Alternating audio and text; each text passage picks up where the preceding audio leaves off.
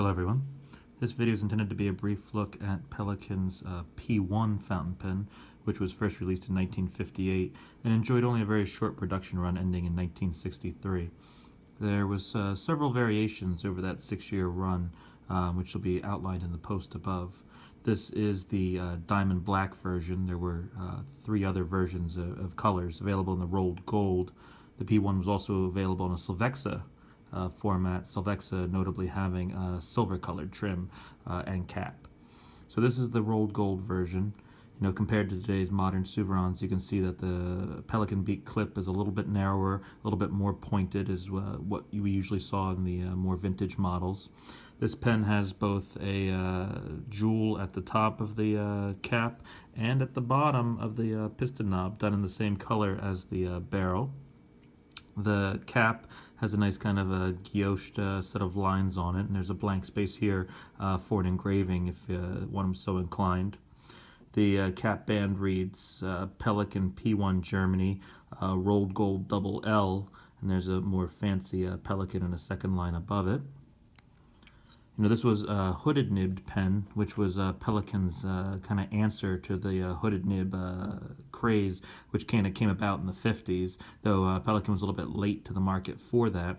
So you can see there's not much of a nib showing here, just a very a small protrusion. In this case, it's a fine nib.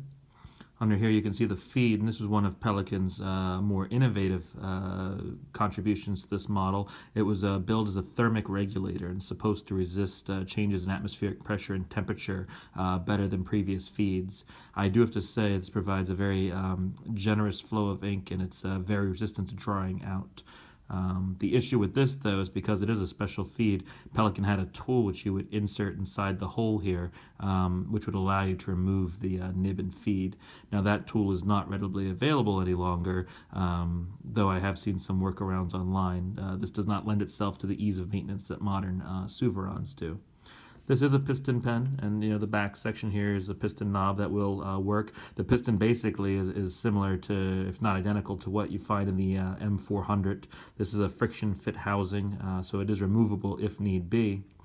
One interesting thing with this pen is the ink view window. You can see here, if I tip it forward, you can see these kind of green tinted, there's 4 portholes that kind of go around the barrel, and it allows you to gauge the remaining ink in the pen.